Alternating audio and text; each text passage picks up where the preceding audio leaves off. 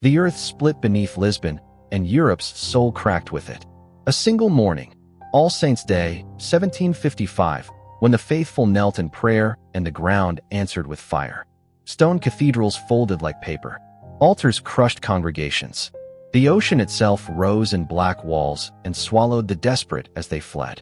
Bells tolled not for worship but for ruin, ringing through collapsing towers before silence smothered the city. Tens of thousands gone in minutes. Streets vanished.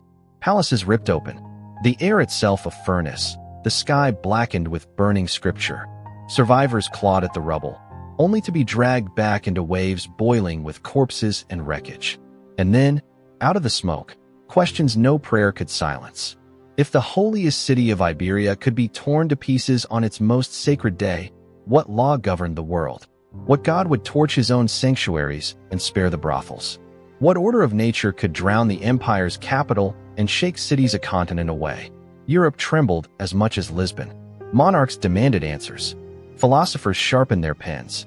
The Enlightenment itself cracked open on that fault line. This was no disaster contained by rubble. This was a reckoning, written in fire, water, and ash.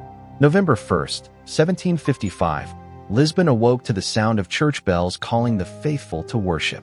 It was All Saints' Day, the most solemn feast in Catholic Europe, and the city's thousands of churches and chapels filled with men, women, and children carrying candles and rosaries, gathering before the altars of saints.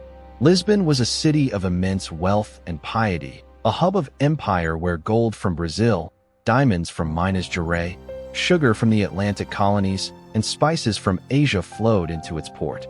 Nearly 200,000 residents lived among its steep hills, its labyrinth of narrow medieval streets, and its vast waterfront lined with warehouses and merchant ships.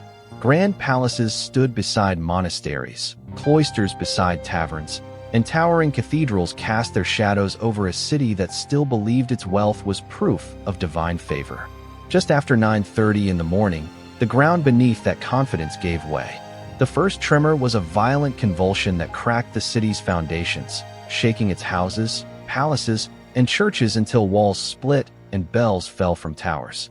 Within minutes, 3 massive shocks ripped through Lisbon, each stronger than the last, each grinding stone against stone as if the earth itself were being torn apart beneath the Tagus River. Entire streets heaved, masonry disintegrated, and heavy roofs collapsed onto the worshippers trapped inside the churches. Altars, statues, and gilded ceilings rained down on the faithful in mid-prayer. Lisbon's churches, packed with congregants marking one of the holiest days of the year, became tombs. The great basilica of São Vicente de Fora split open. The Carmel convent's walls shook until vaults gave way. Parish chapels across the Alfama and Baixa districts collapsed inward, burying families beneath rubble and flame. Wooden pews splintered, candles toppled, and the very sanctuaries of Lisbon became mass graves within seconds. The destruction was not confined to holy ground. In the palace district of Ribeira, the royal library, containing priceless manuscripts and records of Portugal's imperial past, was consumed almost instantly. Warehouses packed with cargo from Brazil and Africa burst apart. Shops, tenements, and markets pancaked into piles of stone and dust. In some neighborhoods, not a single building stood intact. As survivors stumbled into the open, the second catastrophe began. Fires spread with terrifying speed.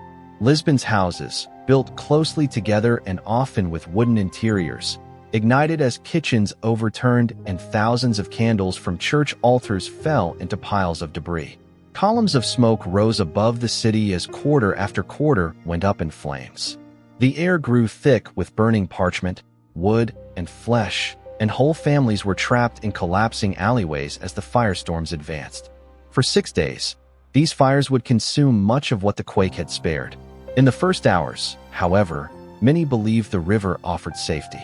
Thousands fled downhill to the Tagus waterfront, gathering along the harbor as aftershocks continued to ripple through the ruined streets. The sight seemed a miracle at first. The water of the Tagus suddenly receded, retreating hundreds of meters from the shore and exposing the harbor floor. But the silence that followed was only the prelude to the next blow. Minutes later, a wall of water surged back into the estuary. The first tsunami wave crashed against the quays, sweeping away ships, carts, and hundreds of people crowded at the river's edge. Survivors scrambled for higher ground, but the second wave followed, higher than the first, tearing through the Baixa district and hurling ships inland. The third struck with equal force, reducing everything in its path to splinters and dragging the dead and living alike into the Tagus. The combined assault, earthquake, fire, and flood obliterated Lisbon in a matter of hours. Modern estimates suggest the earthquake's magnitude reached between 8.5 and 9.0, one of the most powerful quakes ever recorded in Europe. Its tremors were felt far beyond Portugal, in Spain, North Africa, and as far north as Finland. The tsunami did not stop at Lisbon. Waves struck Cadiz in Spain, killing thousands, and swept the Moroccan coast, where entire villages were erased.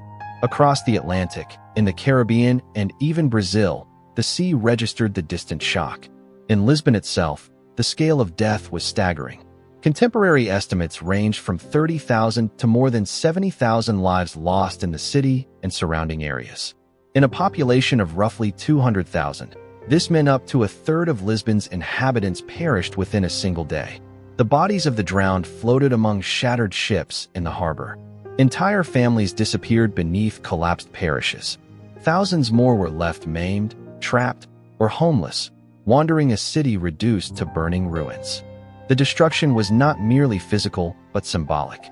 The day that began with solemn hymns and prayers ended in silence, broken only by screams and the roar of fire. The irony cut deep.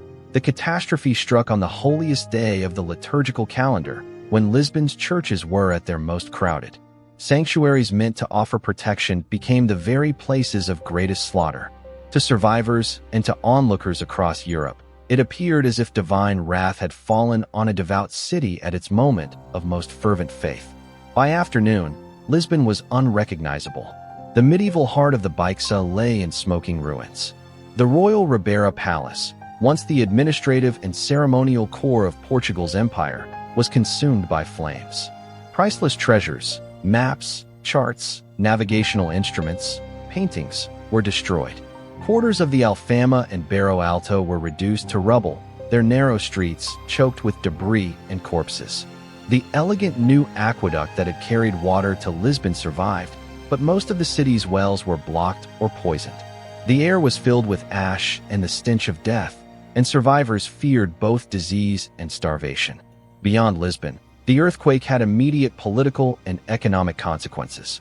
The city was Portugal's commercial and imperial nerve center, the port through which gold from Brazil flowed into Europe, sustaining both the Portuguese crown and the wider European economy. Its destruction meant a sudden rupture in trade, a collapse of infrastructure, and a shock to Portugal's already declining imperial standing. Those who endured the quake described its terror in blunt terms.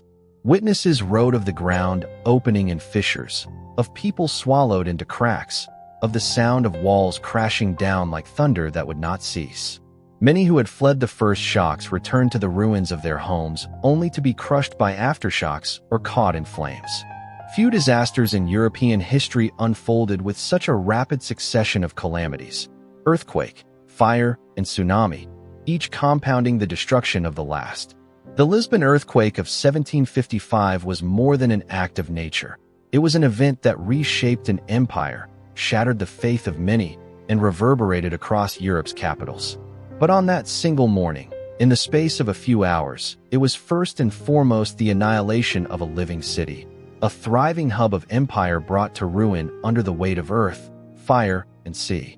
The catastrophe that reduced Lisbon to rubble did not emerge from chance. It came from the grinding of continents, from a collision that had been building for millions of years beneath the Atlantic.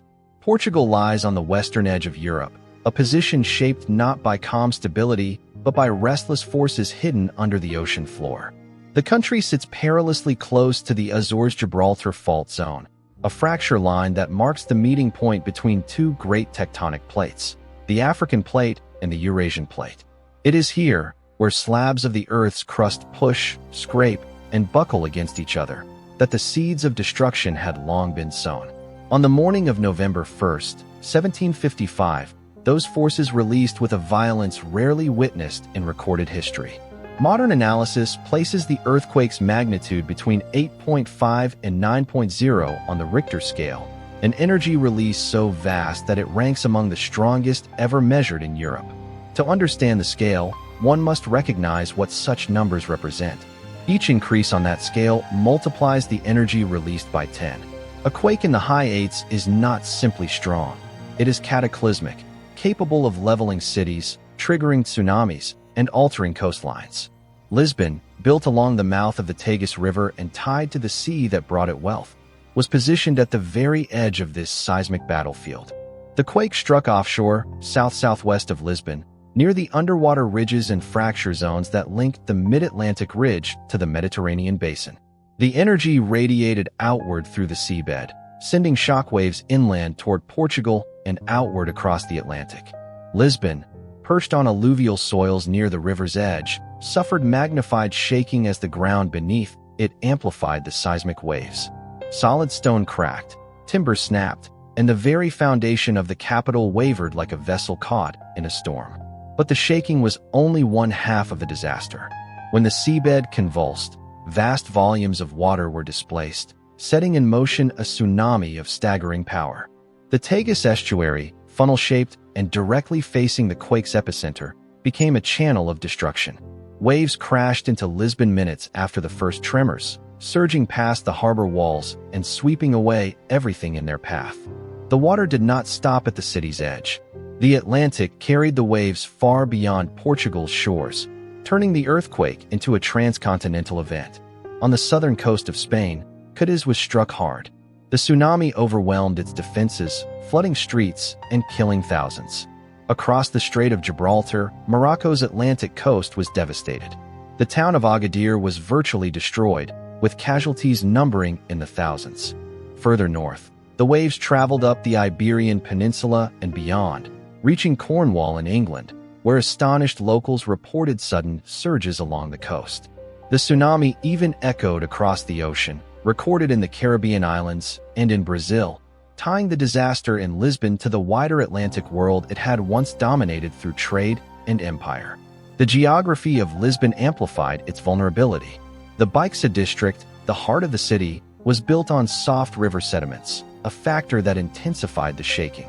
Structures built on more solid rock survived better than those standing on unstable ground, but the Baixa, densely packed with houses, markets, and churches, collapsed with terrible efficiency. The city's dependence on the river and sea, the very sources of its wealth and power, became its undoing. The retreat of the water lured survivors to the harbor, believing the danger had passed, only to be consumed by returning waves. Geography offered no escape, it betrayed them instead. This was not the first time Europe had been struck by massive quakes, yet the Lisbon disaster overshadowed them all. In December 1456, central Italy was torn apart by the Naples earthquake, estimated at magnitude 7.2. More than 30,000 people were killed as entire towns crumbled, but its effects remained localized. In February 1783, Calabria in southern Italy endured a series of quakes that destroyed hundreds of villages, killing an estimated 50,000. Landslides buried towns, fissures opened in the earth, and the ground itself seemed permanently scarred. Yet neither Naples in 1456 nor Calabria in 1783 carried the same resonance as Lisbon in 1755. The difference lay not only in Lisbon's scale of destruction, but in its global reach. Its tsunami rippled across oceans, its tremors spread across continents, and its consequences shook the intellectual and political capitals of Europe as surely as the streets of Portugal. The Lisbon quake also carried a peculiarly modern dimension. For centuries, earthquakes had been described in chronicles as divine punishment or apocalyptic signs. Yet in the mid-18th century, European science was gaining new momentum, and Lisbon became the first great disaster to be studied systematically. The tremors had been felt across so wide a territory that witnesses from Madrid, Paris, London, and Amsterdam recorded their experiences. Reports flooded in, creating one of the earliest pan-European data sets of seismic activity. For the first time, scholars sought natural causes rather than solely theological explanations. Immanuel Kant, still a young scholar in 1755, wrote 3 essays analyzing the quake, speculating about shifting subterranean forces and gas explosions beneath the Earth. His theories were flawed, but the attempt marked a shift. Earthquakes were becoming phenomena to be explained by science, not only by scripture. The force unleashed in Lisbon also contributed to the birth of modern seismology. The Marquis of Pombal, who would later oversee Lisbon's reconstruction, sent detailed questionnaires throughout Portugal, asking eyewitnesses to record what they saw. The duration of tremors, the direction of falling buildings, the behavior of animals, the timing of tsunami waves. Their responses formed one of the earliest systematic surveys of an earthquake's effects, laying the groundwork for the scientific study of seismic events. Geographically, the quake illustrated the instability of southern Europe's margins. The African plate continues to press northward into the Eurasian plate, a slow-motion collision that produces constant strain along the fault lines of the Mediterranean and Iberian region. This same pressure would, centuries later, produce the catastrophic Messina earthquake of 1908 in Sicily. Lisbon in 1755 stood as one of the first modern reminders that Europe was not immune to the same earth-shattering forces that had long plagued Asia and the Americas. The Lisbon earthquake's magnitude remains staggering even when set against later catastrophes. Compared to the San Francisco earthquake of 1906, which registered about 7.9, Lisbon released perhaps 30 times more energy. Its death toll placed it among the most lethal natural disasters in European history. The quake was a collision not only of plates, but of geography, empire, and history, a seismic intersection where the natural world reminded Europe of its fragility. And yet the tremors did not stop with the land or the sea. They spread into thought, politics, and faith, reaching Parisian salons and London lecture halls as powerfully as they had rattled Lisbon streets. The science of destruction, born in that moment, carried Europe into a new confrontation with nature's scale and humanity's limits, a confrontation that would not be forgotten as long as the memory of November 1st, 1755, endured. In the middle of the 18th century, Lisbon stood as one of Europe's most dazzling capitals, its wealth flowing from an empire that stretched across oceans. By 1755, the city was home to nearly 200,000 people, making it one of the largest urban centers in Europe, rivaling Paris, London, and Naples. Gold from Brazil poured through its ports in astonishing quantities, so much that Lisbon's coffers became a lifeline not only for Portugal's monarchy, but for much of continental Europe. The Brazilian mines at Minas Gerais supplied rivers of bullion. Between 1700 and 1760, shipments of gold reached Portugal in amounts estimated at over 800 metric tons. From this wealth rose palaces, convents, and an architectural grandeur designed to remind the world that Portugal, though diminished since the days of Vasco da Gama and Afonso de Albuquerque, still commanded an empire across the seas. Lisbon's streets revealed this duality of fading glory and resurgent wealth. At the waterfront stood the Ribeira Palace, a sprawling complex where the Tagus River met the city.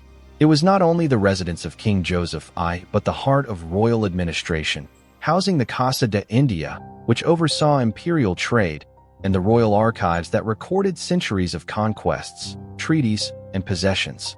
Close by, warehouses brimmed with exotic cargo, sugar from Brazil and the Azores, diamonds newly flowing from Minas Gerais, tobacco from Bahia, and spices from Goa and Macau.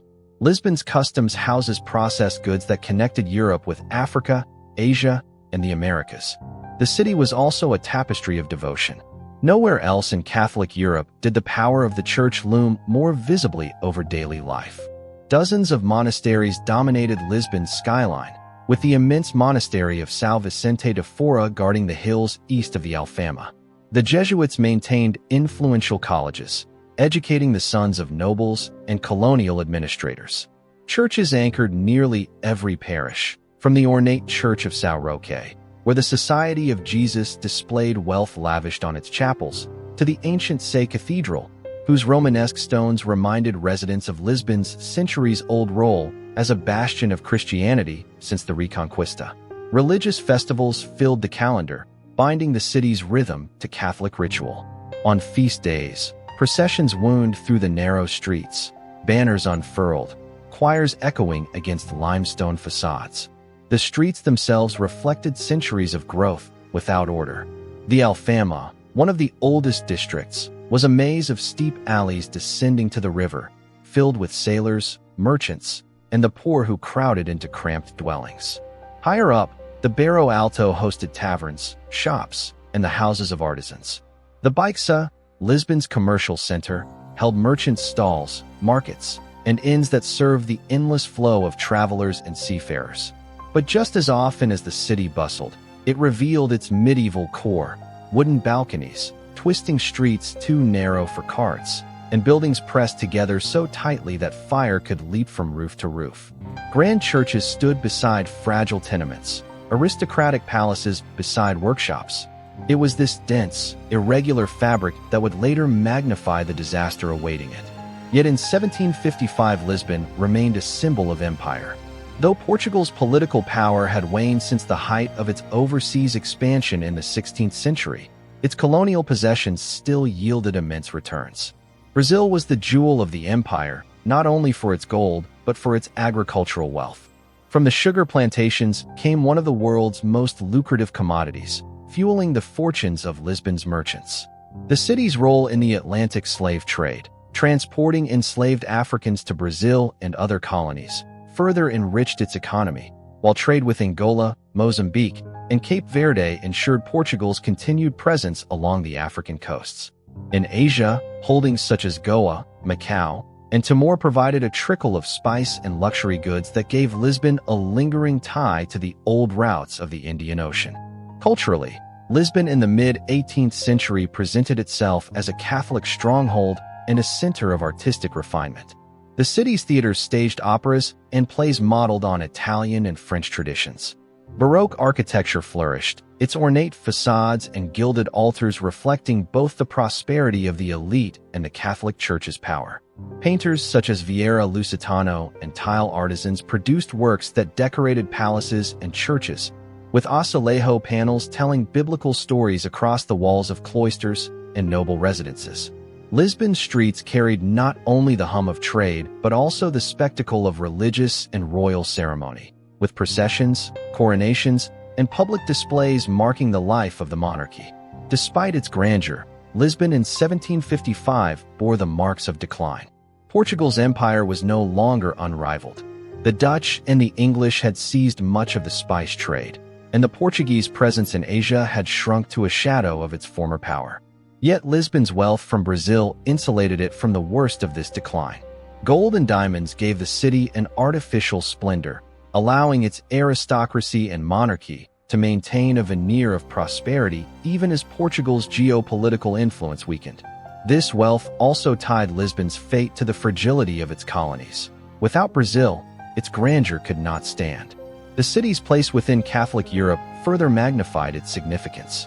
Portugal had long seen itself as a defender of the faith, a nation whose kings carried the cross overseas alongside the sword. Lisbon was a hub for missionary activity, its ports sending Jesuits and Franciscans to Brazil, Africa, and Asia.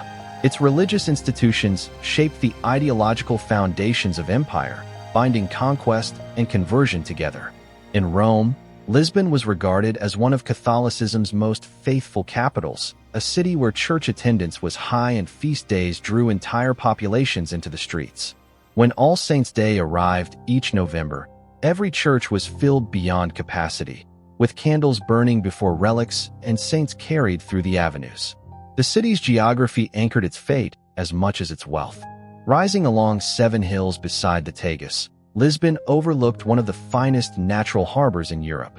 The wide estuary opened directly into the Atlantic, a gateway that had carried Portuguese ships to Africa in the 15th century, to India in the 16th, and to Brazil in the 17th. Its waterfront was lined with arsenals, warehouses, and shipyards that connected Portugal's empire to its capital. The Tagus itself symbolized empire. From its quays departed fleets laden with colonial riches, and to its harbor returned the gold and sugar that sustained the Portuguese crown. By 1755, Lisbon was not simply a city. It was the beating heart of an empire still alive on colonial wealth, its palaces, churches, and monasteries proclaiming grandeur, its markets alive with global goods, its population bound by Catholic ritual. Every corner carried evidence of Portugal's overseas reach, from the Brazilian tobacco smoked in taverns to the Indian spices sold in markets. Yet behind the grandeur, the city's irregular streets, crowded housing, and precarious construction left it fragile, vulnerable beneath the weight of its own prosperity. This rising capital, built on global trade and religious devotion, stood unaware that beneath its foundations, the plates of the earth were shifting, preparing to deliver a shock that would tear through every stone and every certainty of its world.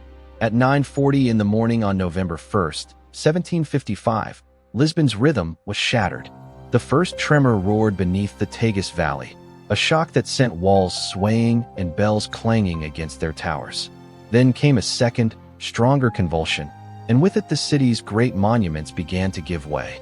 Within minutes, the strongest quake in recorded European history ripped through Lisbon, its force collapsing the vaulted ceilings of churches packed with All Saints' Day worshippers. The tiled roofs of palaces splintered and crashed into courtyards. Heavy stone facades crumbled, burying entire households beneath them. Survivors staggered into the open streets as a third tremor struck, finishing what the first two had begun. Lisbon's spiritual heart disintegrated in an instant. The Carmel convent collapsed, its Gothic arches shattering into heaps of limestone. The great Basilica of São Vicente de Fora partially caved in, its chapels turned into vaults of the dead. The Sé Cathedral, centuries old, lost portions of its towers and nave. Worshippers who had been on their knees moments before were trapped beneath fallen beams and shattered altars. In parish after parish, the faithful who had crowded into the sanctuaries for All Saints' Day were entombed under the very stones of their devotion. The tremors struck not only churches but the palatial quarters along the waterfront. The Ribeira Palace, where King Joseph I had resided and where the Royal Library preserved centuries of Portuguese records, was engulfed in collapse and fire. Priceless treasures, paintings, maps, charts of the great voyages, manuscripts chronicling empire, were lost within hours. The destruction was not selective. Merchants' houses, taverns, and workshops fell as swiftly as noble palaces. Lisbon's streets, already narrow and congested, became impassable piles of rubble, trapping those who had tried to flee. Then came fire. Thousands of candles, toppled in churches and homes, ignited wooden beams and tapestries. Cooking fires overturned in kitchens spread rapidly across neighborhoods. For 6 days afterward, flames consumed the ruins of Lisbon, but on that first morning the city was already ablaze. Witnesses spoke of torrents of smoke, of entire districts burning as survivors scrambled through collapsing alleyways. The Baixa, Lisbon's commercial hub, erupted in firestorms as warehouses filled with sugar, timber, and alcohol fueled the inferno. Heat and ash seared the air while plumes of smoke towered above the Tagus, visible for miles along the coast. Amidst this chaos, many survivors ran downhill toward the waterfront. The Tagus River, normally the artery of Lisbon's trade and lifeblood of its empire, seemed at first to promise safety. Then, without warning, the water receded. The riverbed lay exposed, littered with stranded ships and floundering fish. For those who had never seen such a sight, it seemed a miracle. Thousands pressed toward the shore, believing they had found escape from falling stones and rising flames. Minutes later, the ocean struck back. The first tsunami wave surged into Lisbon's harbor, smashing ships against the quays and sweeping away carts, animals, and crowds of people. Eyewitnesses reported walls of water racing inland with unstoppable force. As survivors tried to flee uphill, a second wave, larger than the first, crashed through the lower districts, carrying timbers, stones, and bodies in its torrent. Ships anchored in the Tagus were lifted and hurled into the city streets. A third wave followed, dragging ruins and the living alike back into the estuary. The harbor, once the center of Portugal's power, had become a grave. The death toll mounted with each phase of destruction. Modern estimates place the number of dead in Lisbon between 50,000 and 70,000, nearly a third of the city's population. In the space of a few hours, one of Europe's great capitals had been annihilated. Eyewitnesses wrote of hearing cries buried under rubble, of people clawing with bare hands to free relatives before flames overtook them.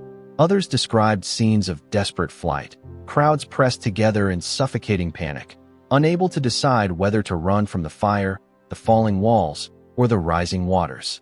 But Lisbon was not alone in its suffering. Along the coast, towns and villages met the same fate. In Cascais, just west of Lisbon, much of the town was obliterated. Waves surged inland, flooding homes and carrying away residents. Setúbal, to the south, endured massive destruction as both tremors and the tsunami tore through its port.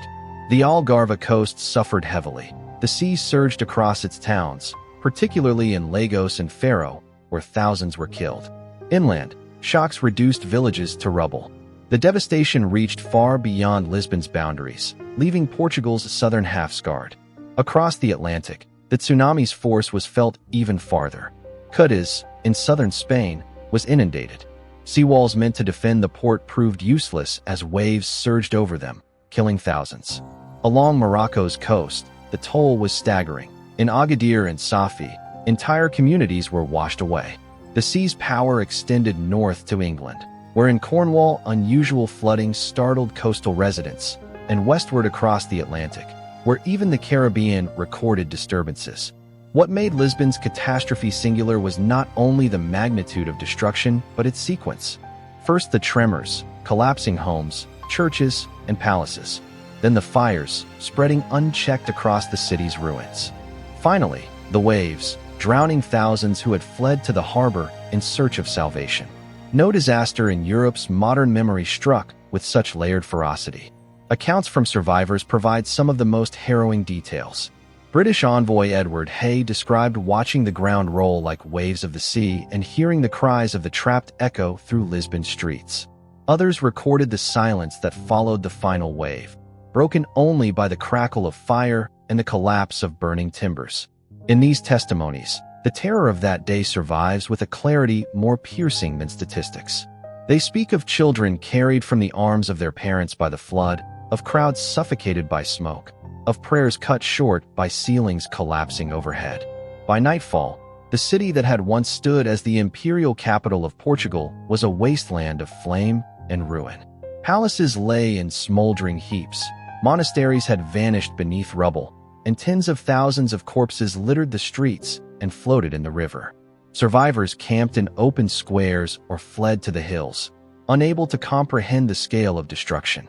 The quake had lasted only minutes, the tsunami only moments. Yet in those brief spans, Lisbon's centuries of grandeur had been reduced to ashes, water, and silence. In the smoking ruins of Lisbon, with the cries of survivors echoing against the rubble of fallen churches, a single man began to impose order where all seemed lost. Sebastião José de Carvalho e Melo, chief minister to King Joseph I, had no soldiers at hand, no functioning bureaucracy, and no intact capital from which to govern. Yet within hours of the disaster, he set into motion a chain of decisions that would define both his career and Portugal's future. He did not indulge despair, nor wait for divine guidance. His response was blunt and unflinching: bury the dead and feed the living. That phrase became his law, carried out with ruthless precision. Corpses filled Lisbon's squares and clogged its ruined streets. Tens of thousands had perished beneath collapsed masonry, drowned in the Tagus, or been consumed in fire. Disease was inevitable unless the dead were cleared swiftly. Pombal ordered mass graves dug outside the city, where the dead were lowered in great numbers, their names unrecorded, their identities swallowed by the disaster. When the burial pits overflowed, he commanded that bodies be transported to the sea. Barges laden with corpses were towed out and sunk in deep water.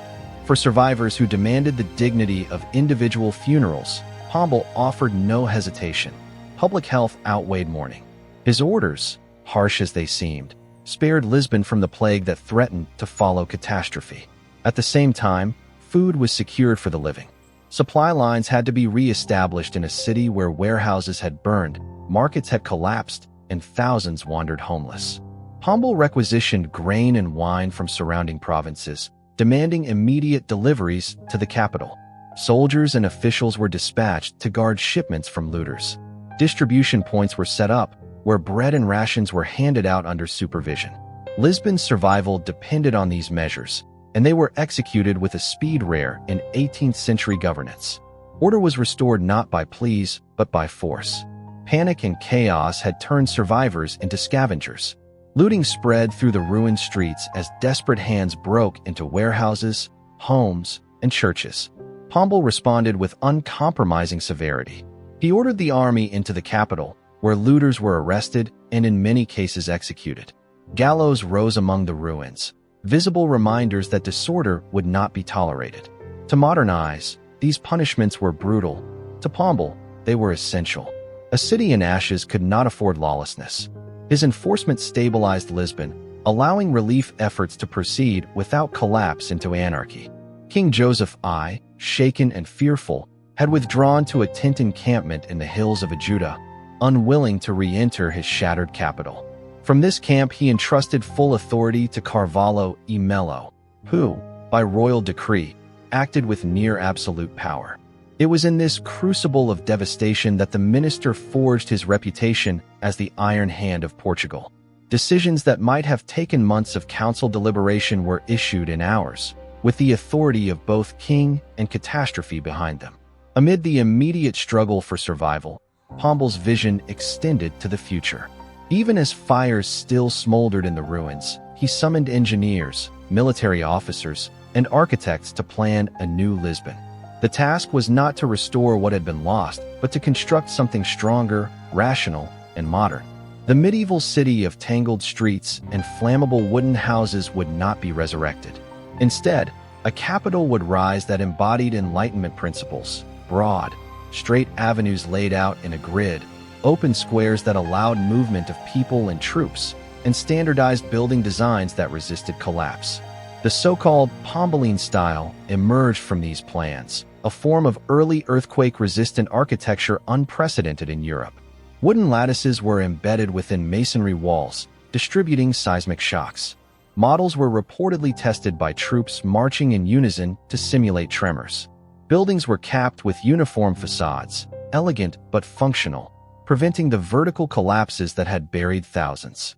Fire breaks were designed into districts, ensuring flames could not consume entire neighborhoods unchecked. This rational, scientific approach marked a decisive turn from the chaotic medieval city toward a disciplined, planned capital. The reconstruction of the Baixa, Lisbon's commercial heart, became Pombal's showcase. Grand plazas were designed, the most famous being the Praça do Comércio, facing the Tagus where the royal palace had once stood. Government ministries, trading houses, and arcaded walkways framed the square, symbolizing order and state authority. Streets radiated in symmetry, their uniformity proclaiming control over the disorder of nature.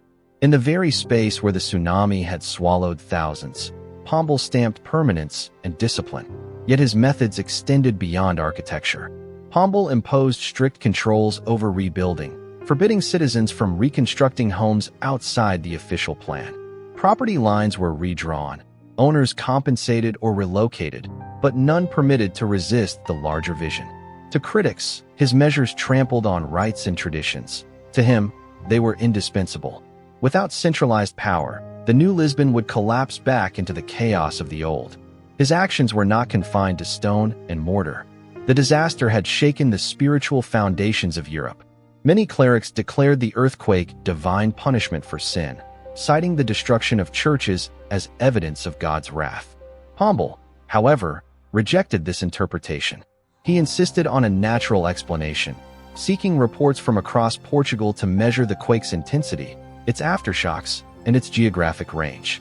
Questionnaires were sent to parishes, gathering data on when the tremors were felt, what damage occurred, and what the sea had done. This survey, one of the earliest examples of seismological inquiry, reflected Pombal's determination to subject catastrophe to reason rather than theology. The king's minister emerged as both autocrat and reformer. He combined ruthless authority, executions for looters, forced burials at sea, with rational planning that anticipated modern urbanism. His directives, born in the chaos of November 1755, reshaped Lisbon permanently.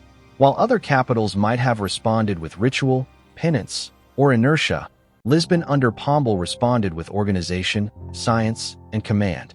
In the ruins of a city where tens of thousands had perished, he had imposed structure.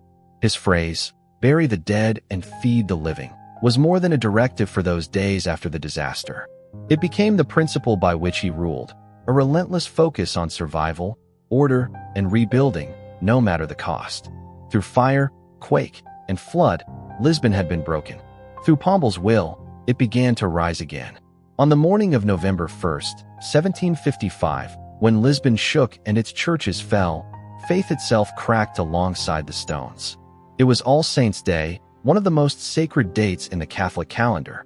Tens of thousands had filled the city's churches to hear Mass when the tremors began. Vaults split open, domes collapsed, and altars crashed down upon congregations who had gathered in prayer. The sight was devastating. The pious crushed at the foot of the cross while taverns, gambling houses, and brothels stood untouched. In an age where Europe still read the hand of God in every storm and harvest, the question spread faster than the fire that consumed Lisbon's ruins. How could divine providence strike the devout and spare the sinful? Theologians scrambled for answers. For many clerics, the destruction could only be punishment for sin, a cleansing of corruption in one of Europe's wealthiest and most cosmopolitan capitals. But the argument faltered against the brutal arithmetic of the dead. Infants and monks lay buried beneath rubble, while the red light district by the docks remained standing. The city's greatest cathedral, the Patriarchal Church, collapsed into ruins, while warehouses storing colonial riches endured the shaking. The symbolism could not be ignored. If the earthquake was punishment, it was delivered with shocking indifference to guilt or innocence. The intellectual shockwave spread far beyond Portugal. In France, Voltaire seized upon the event with savage irony. By 1759, he published Candide, a biting assault on the optimism preached by the philosopher Leibniz, that this was the best of all possible worlds. Voltaire mocked that very claim through his character Pangloss, who, after the Lisbon catastrophe, insists that even the deaths of tens of thousands are part of a greater divine plan. Voltaire's satire stripped bare the comforting illusion that suffering was somehow necessary for a higher good. The earthquake, he wrote elsewhere, was an eternal argument against optimism. If a city of worshippers could be swallowed by earth and sea, then blind confidence in divine order was nothing but folly.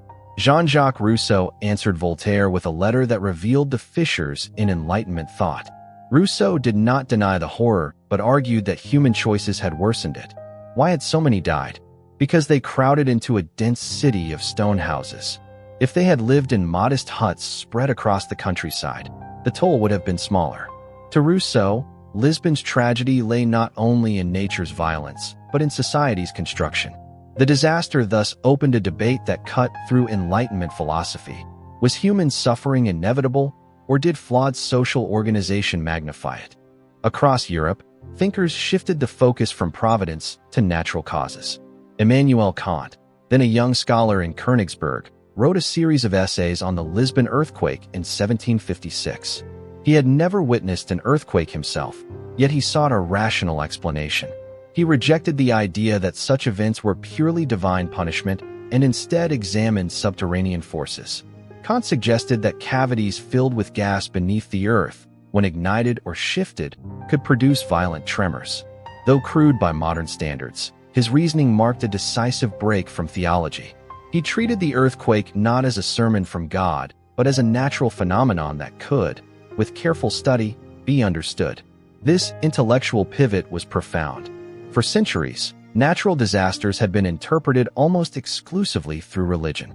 Floods, plagues, and famines were signs of divine displeasure, answered with prayer and penance. But Lisbon, with its scale, timing, and symbolic cruelty, strained that explanation to breaking point. How could an act of God destroy every church filled with the faithful while sparing houses of vice? Even those who clung to providence could not easily reconcile the randomness of destruction. The earthquake forced Europe's leading minds to confront the possibility that nature acted independently of morality, blind to virtue or vice. The catastrophe thus became a testing ground for Enlightenment thought. Voltaire sharpened satire into philosophical weaponry, Rousseau turned it into social critique, and Kant transformed it into scientific hypothesis. Others joined the discussion. In Germany, theologians wrestled with the implications of a world where God allowed such devastation.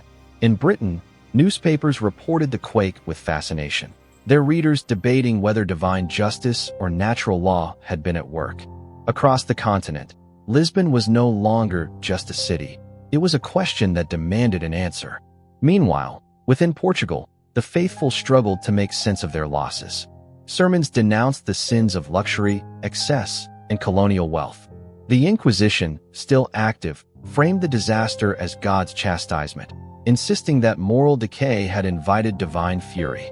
Yet, even within Portugal, the voice of rationality gained ground. Carvalho e Melo, later Marquis of Pombal, demanded empirical reports from parishes across the country. His survey asked precise questions.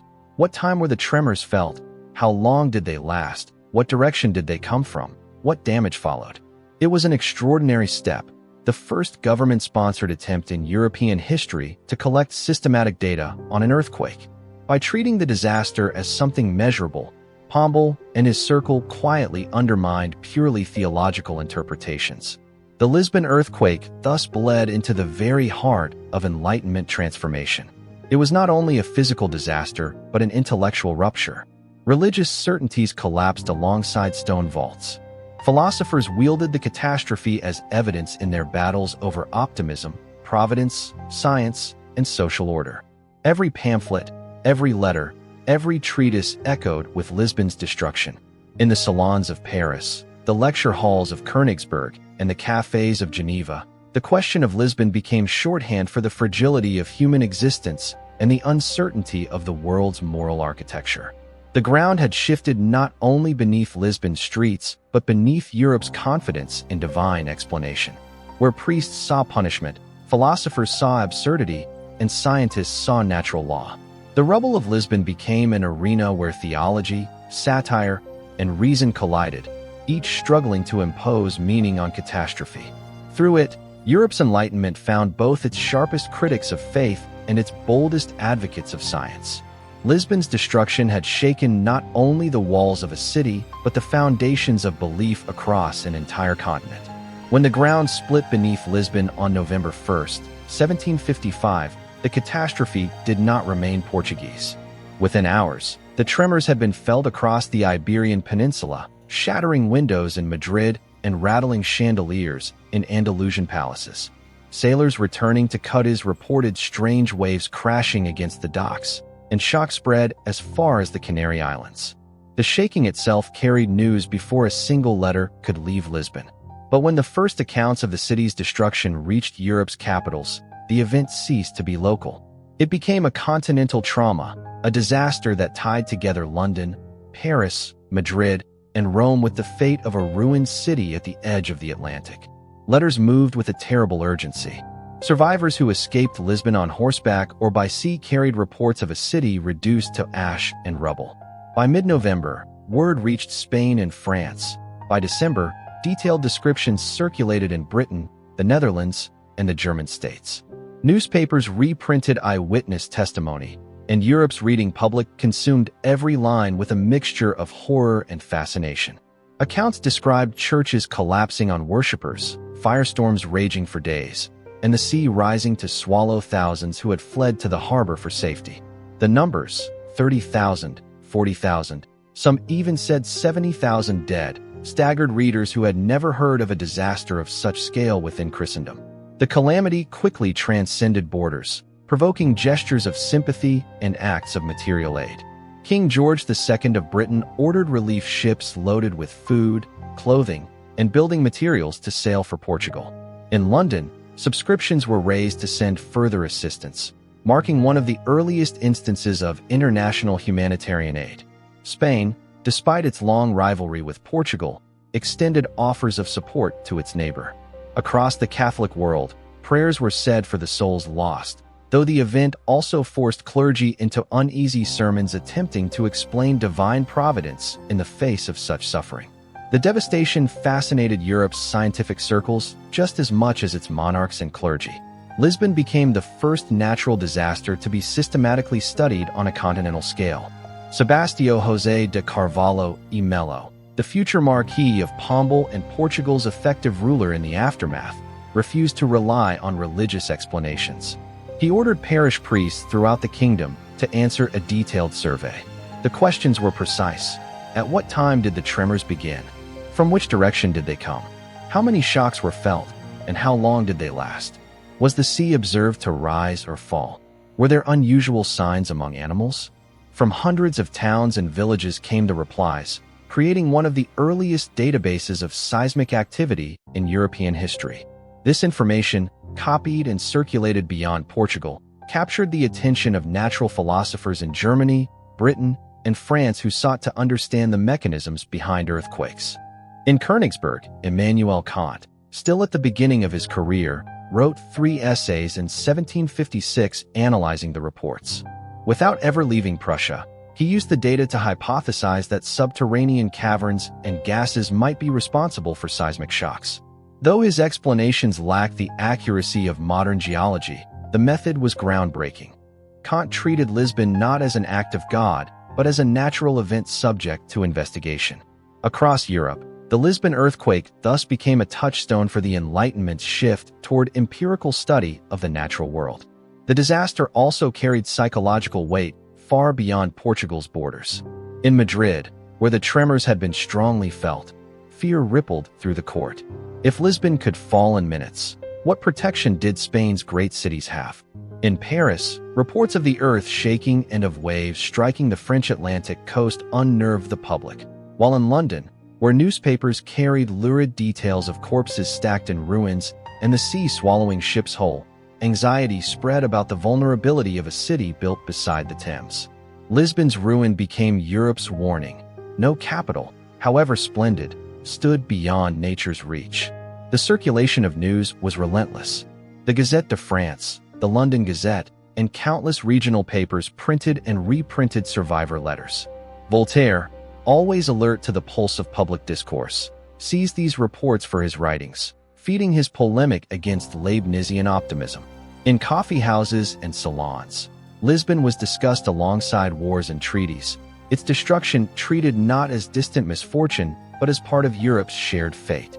For the literate classes of the Enlightenment, the earthquake was not only a tragedy, it was a revelation of vulnerability, a continental drama played out in real time through the networks of print and correspondence. Foreign monarchs, even those often hostile to Portugal, recognized the political weight of the disaster. The scale of suffering, combined with Lisbon's status as a trading hub of the Atlantic world, demanded response. Britain's aid was both humanitarian and strategic. Lisbon was a vital ally, its ports crucial for British trade and naval operations. French and Dutch merchants, whose ships were destroyed in Lisbon's harbor, pressed their governments for compensation and relief measures. The city's destruction rippled through Europe's economies, disrupting trade routes from Brazil to Hamburg. It was no longer possible to treat Lisbon's tragedy as an isolated Portuguese event. Its effects reached the counting houses of Amsterdam, the coffee stalls of London, and the markets of Bordeaux. Intellectuals, statesmen, and scientists all recognized Lisbon as Europe's earthquake. Its horror was printed in newspapers, debated in universities, and prayed over in churches far from the Tagus. For the first time, a natural disaster unfolded not in isolation, but in a networked world of letters, commerce, and philosophy. Lisbon's ruin belonged to all of Europe, binding together capitals from Madrid to London in a shared confrontation with nature's indifferent violence. The tremors that tore Portugal's capital apart reverberated through every chancery and salon of 18th century Europe, leaving none untouched.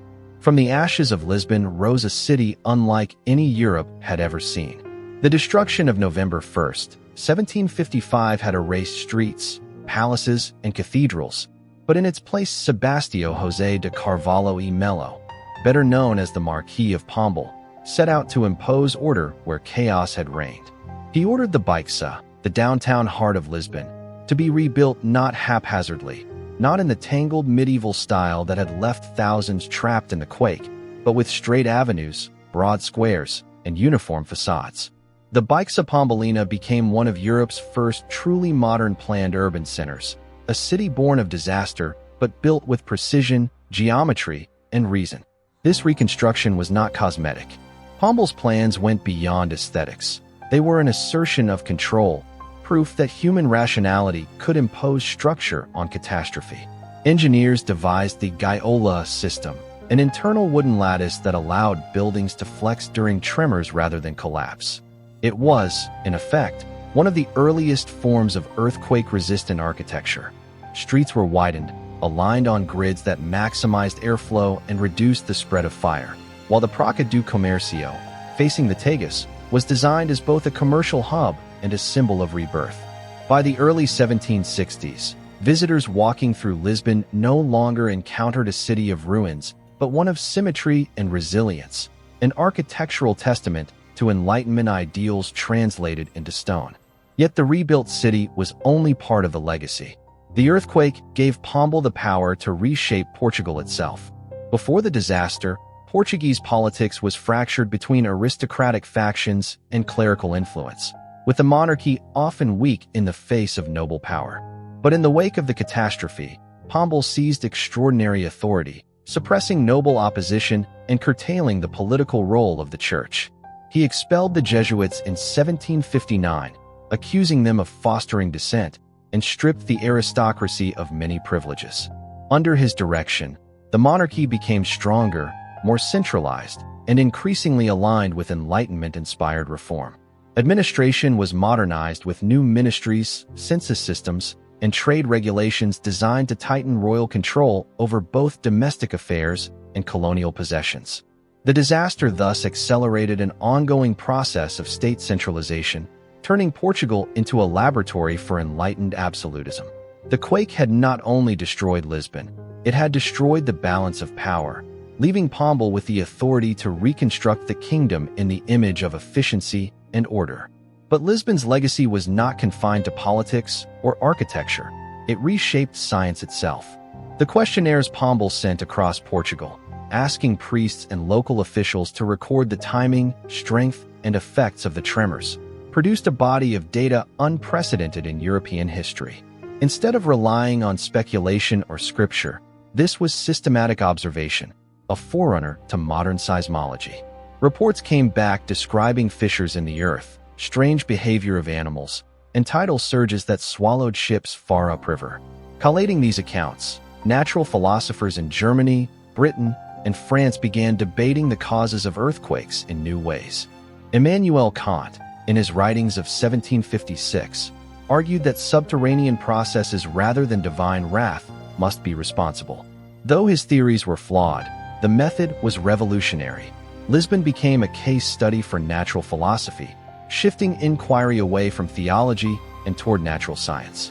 In this way, the earthquake stands at the beginning of modern seismology, not because it provided all the answers, but because it forced Europe to ask the right questions.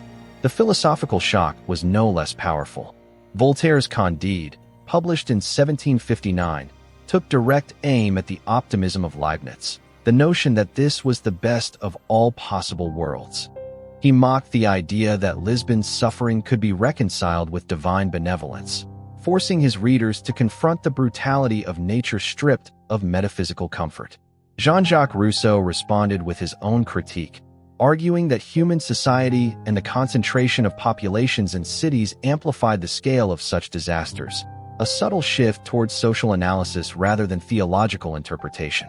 Kant's reflections on Lisbon, meanwhile, marked the beginning of his lifelong concern with the limits of human reason in confronting the unpredictability of nature. These debates resonated far beyond philosophy. Sermons across Europe struggled to reconcile Lisbon's devastation with Christian doctrine. Why had the churches crumbled while taverns and brothels stood? Why were the faithful buried alive under stone vaults, while the irreligious escaped on open streets?